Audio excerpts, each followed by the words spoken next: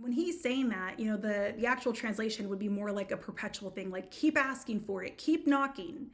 And if you keep on believing, if you keep on pursuing, if you keep at it, that is grit. That is perseverance. That is when your faith is a currency in the supernatural.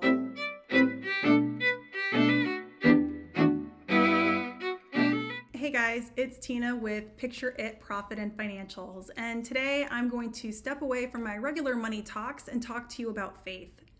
With a company name like Picture It Profit and Financials, you can imagine that I believe in the power of holding a vision for the future and leaning into that vision to have greater success and to bear fruit. And today I want to talk about that to some degree. I had a conversation in prayer, so talking to God, that I wanted to share with you guys. So those of you who have watched my channel for a while know that I am a Christian.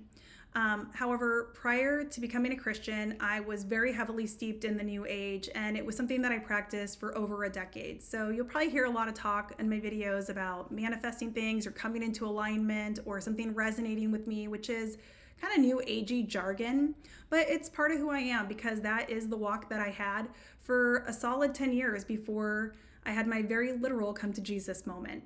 Now, having practiced that New Age philosophy for so long, I'll be candid. A lot of my friends, and I didn't just practice it, you guys, I evangelized it. And they were surprised because my undergrad is in astrophysics. I love math, I love the sciences, I love nature and history, and I'm a firm believer in cause and effect. So people were surprised that I was so into understanding the supernatural and the metaphysics behind it. And a lot of times they were like, why? Why do you believe that? And I have to tell you that it's because I've seen it bear fruit in my life. It's one of those things where anytime in my life that I could hold a vision for the future, it came to be, especially if I clung to it in an unwavering way. So when I was a kid, I would have daydreams about having a certain kind of social life, or about completing a college degree, or about having a very sophisticated corporate career. And sure enough, within several years, those things came to be. And I know there are very scientific ways to describe that, but sometimes the opportunities that fell into my lap really did have a miraculous bent to them. Things like when we moved to Denver and having a really short window and having the perfect rental for us just fall into our lap just weeks before we had to move, And I had that unwavering faith that we would get there and we would be okay. And so it was just enough of it to be like, yeah, it's because I am very meticulous about my goals and I follow through, but also there was this other element to it that was like, wow, that's crazy. I can't believe that just happened. That was a coincidence, except I don't believe in coincidences. So what exactly was that? Well, I'm telling you, I got these results and I got them throughout my life and consistently. And it used to be that I thought for a while there when I was in the New Age, it was because, well, I'm a divine creator myself and, I'm like a God unto myself and I can attract and develop this universe experience for myself. And after I came to Christ, I realized, well, that's not what I believe anymore. So why? Why did it work? And so I asked God that. I went to him in prayer and I was like, Lord, I don't get it. Why did it work? And he said to me, that faith is the currency of the supernatural. And I love it. I love it because so often we think, I want to do this, I want to buy this, I want to have this, and we have money, it's the currency for achieving those things. But when you talk about vision and you talk about things that are bigger, things that are grandiose, things that are important in life, that you want to achieve, the large things like growing a business and hiring employees, the things like traveling the world, the things like achieving a long-term objective like a doctorate. These things require faith. When you apply faith to them, it's like the currency of paying for it down the road.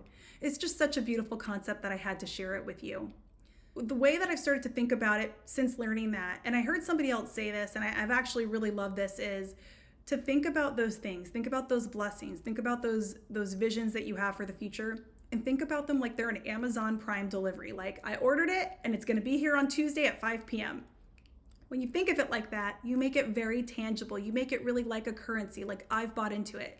Now, of course, we can't say for sure it'll be Tuesday at 5 p.m. The point isn't having a deadline for when the blessing will come to you or when the vision or the goal will be achieved.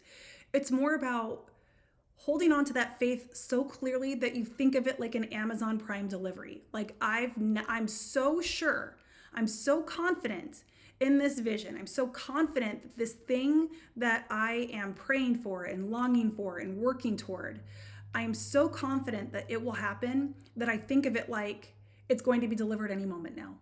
When we think of it like that, that is like currency, right? That is like when Jesus said, ask and it will be given to you, knock and the door will be opened. When he's saying that, the actual translation would be more like a perpetual thing, like keep asking for it, keep knocking.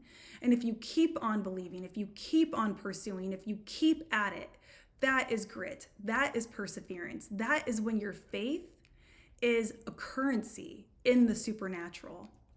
So I just to reinforce that, I wanted to use an example from the Bible. So in Matthew 8:13, right before that, the centurion has come to Jesus and he said to him, hey, my servant is ill and I know that you can heal him and I would love you, Rabbi, to heal him. And Jesus says, okay, I'll come to your house. And he's like, oh, no.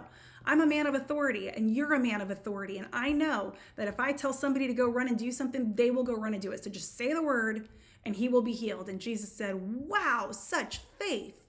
And then he says, and this is Matthew 8:13, go, as you have believed, so will it be done for you. And I love that. If we can cling to something in faith, if we can lean into it, if we can hold that, then it will be done for us. Now, of course, I have to give one caveat here. And that caveat is that God knows the end from the beginning. And so sometimes we will pray for things and we will long for things and we will want things and it won't happen. And in those moments, and I've experienced that, in those moments, I have chosen to believe that it is because God knows the end from the beginning and he's saving me for something better or saving me from something disastrous. So for example, I've previously been offered a job and I just wanted that. I wasn't offered a job. I pursued a job and I wanted it so bad and I didn't get it. And later on, I got an even better opportunity. It's kind of like that kind of thinking. It was like, well, in hindsight, I can see why it was a good thing I didn't get what I thought I wanted or what I wanted at the time. And so I accept that. So I just want to throw that caveat out there because I know sometimes people pray for things that they want so badly and it doesn't work out.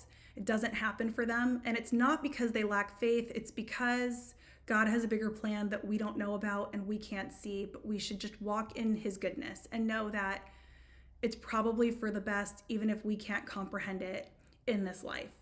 Anyway, that was a really fascinating answer to a prayer, a conversation with God that I wanted to share with you. I hope you all are doing wonderful. I hope you are blessed. I love you, and I will see you in the next video. Bye.